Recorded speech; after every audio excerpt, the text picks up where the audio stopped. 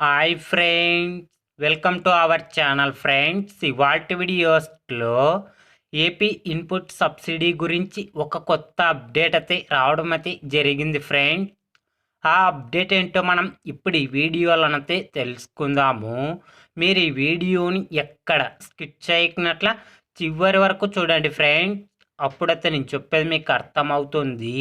అలాగే వీడియో నచ్చితే ఒక లైక్ చేసి ఇంతవరకు మన ఛానల్ సబ్స్క్రైబ్ చేయని వాళ్ళు వెంటనే సబ్స్క్రైబ్ అయితే చేయండి ఫ్రెండ్స్.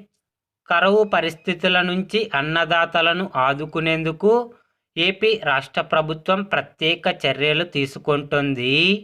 ఖరీఫ్లో నెలకొన్న కరువుకు సంబంధించి ఇటీవలనే ఇన్పుట్ సబ్సిడీ విడుదల చేసింది. తాజాగా రబీలో నష్టపోయిన రైతులను ఆదుకునేందుకు కరువు మండలాలను ప్రకటించింది.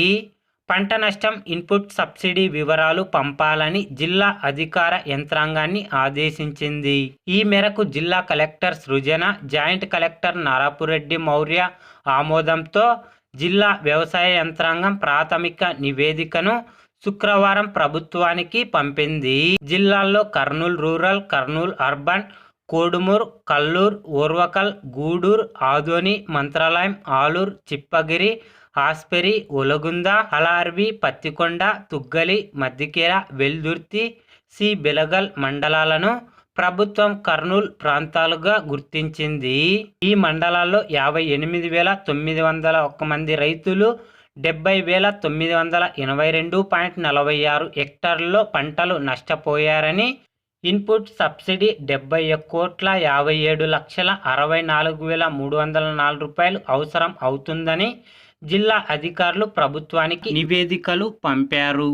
శనగ 37,843, వేరుశెనగ 2,731, పొగాకు 3,600, జొన్న 9,252, మినుములు 775, కుర్ర 1,147, మొక్కజొన్న 2,474, సజ్జ 379 హెక్టార్ల ప్రకారం పంటలు దెబ్బతిన్నట్లు నివేదికలో పేర్కొన్నారు.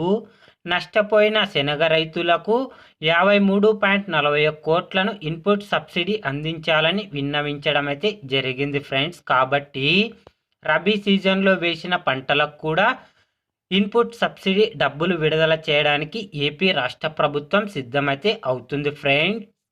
ఏపీ రైతన్నల గురించి ఏ చిన్న అప్డేట్ వచ్చినా వెంటనే తెలుసుకోవాలి అంటే వెంటనే మన ఛానల్ని సబ్స్క్రైబ్ అయితే చేయండి friends. Thank you for watching my video.